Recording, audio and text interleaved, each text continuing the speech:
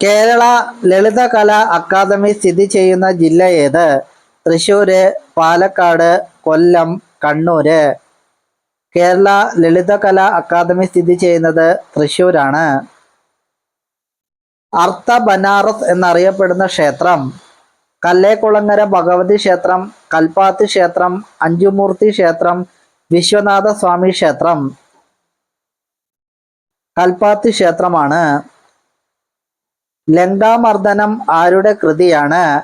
പണ്ഡിറ്റ് കറുപ്പൻ, ചട്ടമ്പി സ്വാമികൾ, ഗോപിനാഥ്, തങ്കപ്പൻ പൂയപ്പിള്ള.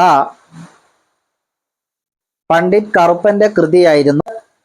ഉത്തരാഖണ്ഡിന്റെ ശീതകാല തലസ്ഥാനം ഏത്? ഡെറാഡൂൺ, പാട്ന, അഹമ്മദാബാദ്, ഹൈദരാബാദ്. ഉത്തരാഖണ്ഡിന്റെ ശീതകാല തലസ്ഥാനമാണ് Dehradun.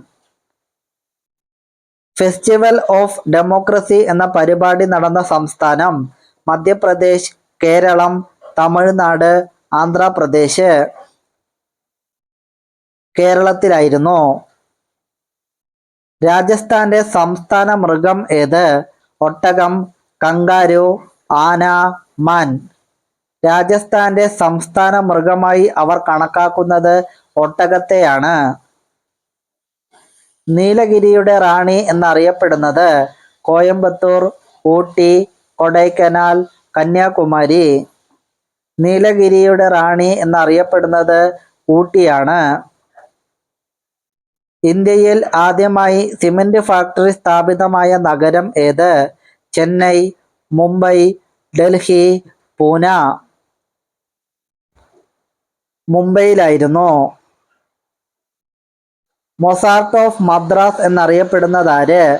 M K Gupta, C Rajagopal, A R Rahman, James Thomas. A R റഹ്മാനാണ്.